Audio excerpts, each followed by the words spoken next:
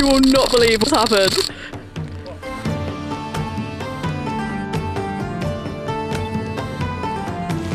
I've had worse starts to a shoot. The S1R II is absolutely feature packed. So let me give you a quick taste of the headline specs. Inside we have a 44.3 megapixel full frame backside illuminated sensor. We can shoot up to 40 frames per second continuously with the electronic shutter. Video-wise, with new firmware from Panasonic installed, we can get 8.1K open gate video recording. The IBIS is up to 8 stops. The autofocus is a new system that's got some AI powering in there, phase and contrast detect. And from what I've seen already, the low light capability on this is super impressive, especially for a 44 megapixel sensor. We've come to beautifully rugged Dartmoor, and I'm gonna go and take pictures of that big rock.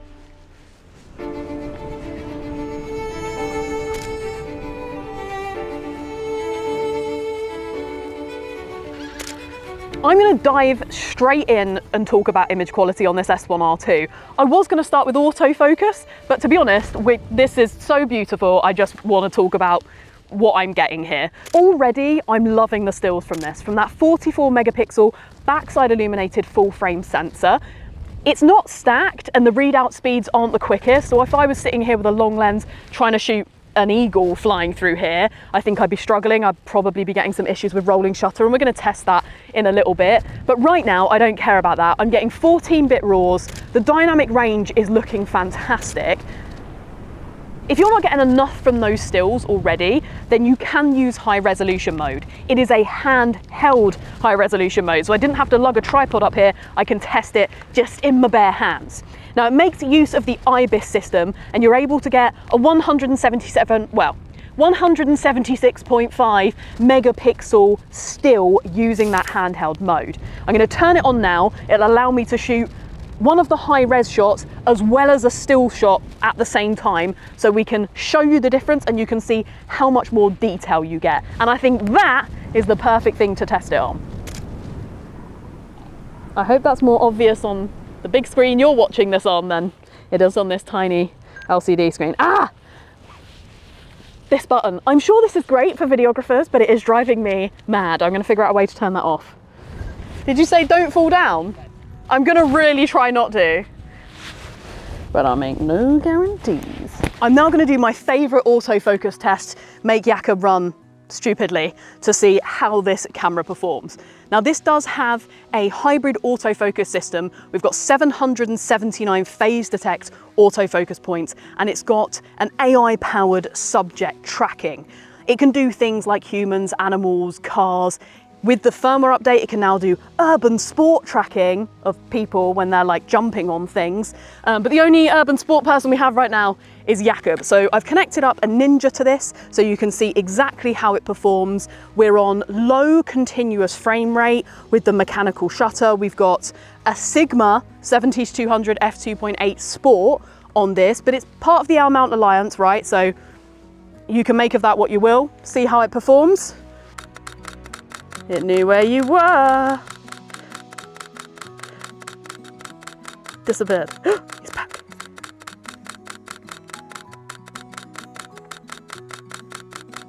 Well, I lost you for a sec there. Struggling a bit now. Oh, it caught you again.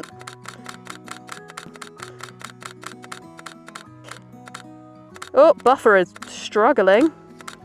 There he is. Oh, something's biting my head. Oh, look at that cloud, look at that landscape. The big ice cream truck in the middle. Oh, it's delicious. Don't put that in. I don't know, my hand had like a spasm.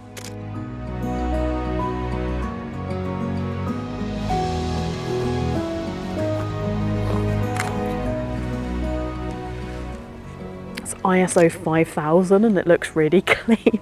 The low light performance on this is just stunning. This is a great time to test in-body image stabilization. With the S1R II, you get up to 8 stops of stabilization, depending on what lenses you have attached, etc., but 8 stops in the body.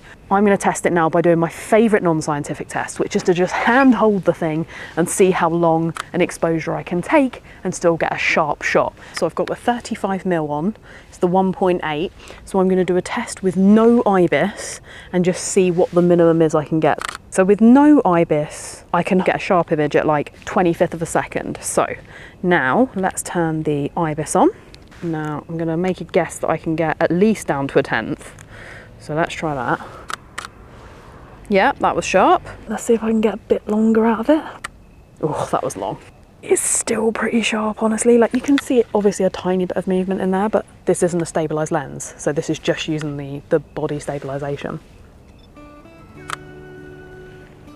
For a 44 megapixel camera, there's been a lot of talk about how good this is in low light, its ISO performance.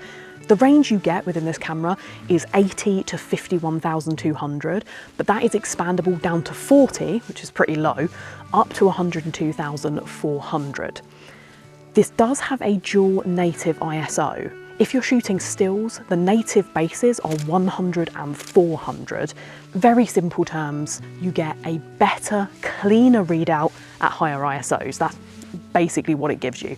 So we've got a scene behind me here, some bits of light, some very dark areas, perfect ISO test. I'm going to do that now and we can see how it looks going up through that ISO range.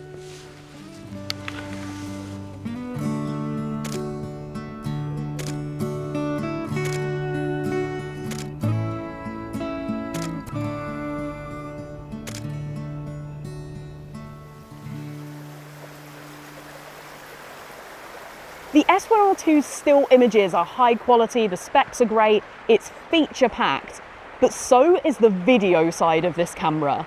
It's really moving towards being pretty much a true hybrid. I'm not even going to attempt to tell you every mode and codec and quality that this can shoot in, because we'd be here for the next 3.5 hours. But some of my favorites are, now that we have the firmware installed, we have 8.1K open gate. You can also shoot 5.6K, 4K, Cine 4K, etc. I've been making use mainly of the 4K, and we've taken some demos for you in the 8K as well. It also has a great slow motion setup, so you can go down to 4K 120p. If you want to, you can drop it down to full HD and get 240. And if you want to, you can go up to 5.9K and shoot 60p. To shoot with this camera, you do get various color profiles. The main one for me in video being Vlog, of course. You get full Vlog, and in the right modes, you get 14 stops of dynamic range using Vlog for video. Now, if you would like something more in terms of if you're on set and you think you might be shooting alongside some ARRI cameras, then you are able to get that ARRI Log C3 profile from the Panasonic store. With the new firmware update with the S1R II, it's capable of taking that log profile, but you don't get it included, you have to pay. Some cameras out there try to be hybrids, and they might have like really good recording quality, or maybe they have all the ports that you need, but quite often they don't have everything. And this camera does really well at that. I'm going to take this off so I can show you some of those features. So not only do you have 400 million different recording qualities to choose from, but you have some really practical features too. So right up here, we have a fan, so you can get better heat dissipation and record for longer. We have a switch to go between stills and video and the S&Q mode, making it really quick to shoot in a hybrid way. Down the side, we have ports. We have a full-sized HDMI. We have your power delivery, your USB-C, a headphone port, and a mic port in there. The grip is great. We've got dual record buttons, so not only can you set it as your shutter, but you actually have a red record button here and a recording button down here. You now have front and rear tally lamps. They are small tally lamps, but they are there nonetheless, and you get a red recording line around your image to make it really clear. It's great. I love the flexibility of the design of this for video. I told Jakub I'm gonna go here to film this bit, and he was like, oh, let me film in case you fall. Unbelievable. I am gonna fall though, it's so slippery. The IBIS for stills has been really nice to use, but I want to see how it does in video, so we've got a few more options there. So I'm going to put on a 35mm Panasonic S1.8 lens, which is not stabilized. pop that on here so we know it's only the body doing the work, and then we can do all the tests and you can see how effective it is. But I'm not going to do it here because I'll either end up soaked or this will get smashed. So let's go up to the riverbank. We tested all of the camera's inbuilt stabilisation systems, and here you can see the differences between them. If you're wondering how it works against a proper stabilisation system, we also used the camera's IBIS handheld versus a gimbal.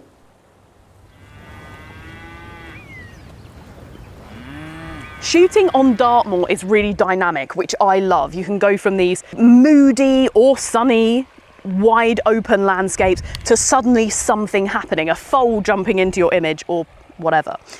I love that this camera feels like I can deal with that really quickly. Jumping in and out of the car, just grabbing this, didn't even remember to put my Peak Design strap on it. I just jumped out the car and the grip feels secure. The thumb grip here is nice. So it just feels so secure on your hands, even when actually that's quite a heavy setup with that 70-200 2.8 on it. It feels great. You also have so much manual control at your disposal. They've kind of taken that thing that Fuji does and they've lent into more like accessing your features on the camera really, really quickly. So you have your mode dial up here, that's fine, very standard. What I love is that you have a drive dial here. By the shutter button, you also have 3 buttons. You have a white balance, ISO, and exposure compensation buttons here. You have a dial.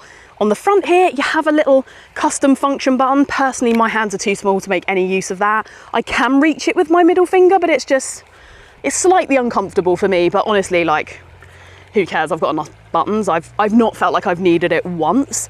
The back, we've not been stingy at all. Biggest thing for me is this screen. It is ugly, the way it sticks out. I don't care, this body is not made for that. It's made to be super practical, and I love that I can turn this any which way that I want it. And not only do I have a fully articulating screen, but I can shoot from the hip really quickly, or I can very quickly shoot portrait too.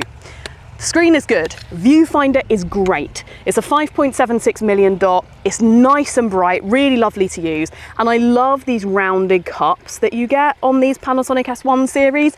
They're just comfy. I feel like I don't know if you guys experience this, but sometimes when I come back from a shoot, across my eyebrow bone here is like kind of sore, where I've like shoved it into my face so many times. This one I don't get that as much. The way it sits is just right for me. I really like it. We have so many ways to control the camera on the back here. We've got a nice D-pad with a dial around it, just easy to use. Joystick for moving your AF points. You can really quickly access your focusing systems in here. So you are able to go from single, continuous and manual focus just with the flick of the switch. And then when you click the button in the middle here, you can then select what type of focusing you'd like. So whether you'd like zone, pinpoint, tracking, etc. Very, very easy to access everything very, very quickly. Now there's something that I think on this camera is a bit of an unsung hero, something I have fallen in love with, which is this little lock thing. I never use lock things on cameras. I just don't need them. I kind of want access to everything. But this, it's so good. Let me show you it. Instead of the lock being predefined, you get to choose what gets locked out. So if there's a dial or button that's particularly annoying you, you can set it specifically for that. I used it for that annoying front record button.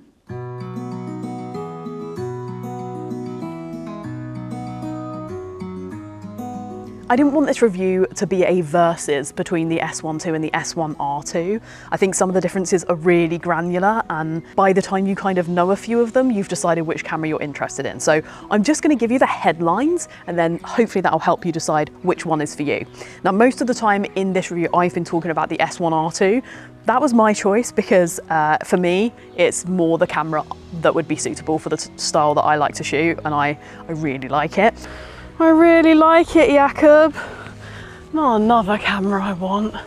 The big difference between the two is the sensor. So in the S1R II, we have that 44 megapixel, not stacked, backside illuminated sensor. In the S1 II, you get a 24.2 megapixel, backside illuminated, partially stacked sensor.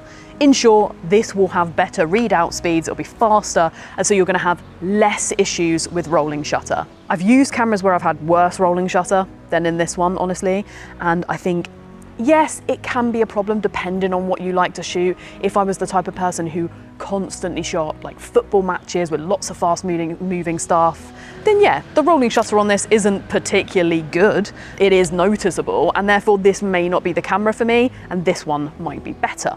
It's also a little faster when it comes to continuous frame rates. Both of them are the same for mechanical. Mechanical shutter, 10 frames per second from both.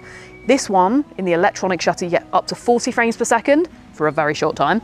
With this one, you get up to 70 frames per second for a very short time. So this one is significantly faster. However, I mean, if you can't get your shot with 40 frames per second, like, I think it's gonna be a very minute moment, you know, if that extra 30 is what gets you the shot. However, it's there, you never know. It might be the make and break of your shot. So if you do a lot of stuff where you want an incredible amount of frames, this might be the one. I still think 10 mechanical, 40 frames per second electronic is good. I have noticed the buffer isn't amazing. We're shooting to CF Express Type B cards with these. We've got one CF Express Type B slot and one SD card slot in both of these cameras. But even going to that CF Express Type B, the buffer isn't like incredible. However, I really wanted to test how well the S1R II performed in an environment where there was lots going on. Most years I go to an air show called Headcorn Airshow. This year it was no different. So I took this along and took some shots to see how it got on. It was a stunning day at the airshow, but it was incredibly hot. I did get an overheating warning for some of the day, which meant I couldn't take much video, but I loved the colours I was getting from the stills, especially near the end of the day where I was shooting the crowds and the stands.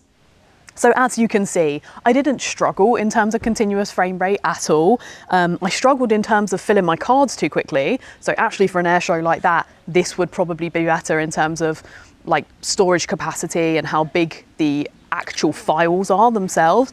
But I like the detail. I want to be able to pick those images out and have these really high res lovely files. So for me, this is the one. However, if you're doing that on the regular, then maybe you want something more like this. The body itself on both of these, exactly the same. So all the positives I've said for this goes for this one too. When it comes to video, there are some small differences between the two. I would suggest, if that's something you're looking at, looking up at a spec list, because there's lots of really small differences between them. I think, however, the rolling shutter is probably the piece where people are going to argue over it, and maybe it'll be the deciding factor for some people out there between these two cameras if they're shooting that type of video. But in general, yeah, I think both of these really, really strong options. For me, I'm always going to lean into having that little bit more detail. I was pretty sure I'd like this camera. I liked the original S1, the original S1R, and the S1R II just has loads of new, better stuff in it. So I was really happy with it. I think it's performed really well over the last couple of days. I've taken some shots in some pretty challenging environments that I quite liked, that may have been harder or not possible with other systems or other cameras. So I've been really happy with how this has performed. I did want to draw a point around the autofocus. So the autofocus test that we do, we kind of do the same ones each time. Generally, that test illustrates quite well how consistent the autofocus is, but actually, I don't know if it did with this camera. So over the last couple of days, I've been really impressed with the autofocus in this. It hasn't really missed. It's done exactly what I want it to do, whether we've been looking at foals jumping around or calves or Jakub or someone's been walking down the road or there's been cars, whatever I've needed, it's kind of just done it. I wouldn't say it's necessarily quite the best autofocus I've ever used, but in terms of real world environment and using it in, frankly, not the nicest conditions, some of this trip hasn't been the best, it's done really well. So I just wanted to put that in there in case you looked at those tests and weren't 100% sure that it was doing what you would need it to do. And actually, that's a good point. I would love to know what you guys think about this camera. Do you have any thoughts on it, or the S1 II, or the S1 IIe, which we didn't bring on this trip? Or do you have any questions for us? If you do, make sure to put them in the comments. I'll try to get back to you with all the information that I possibly can. But for now, a massive thank you for watching. Hope you join us again soon for some more videos from MPB.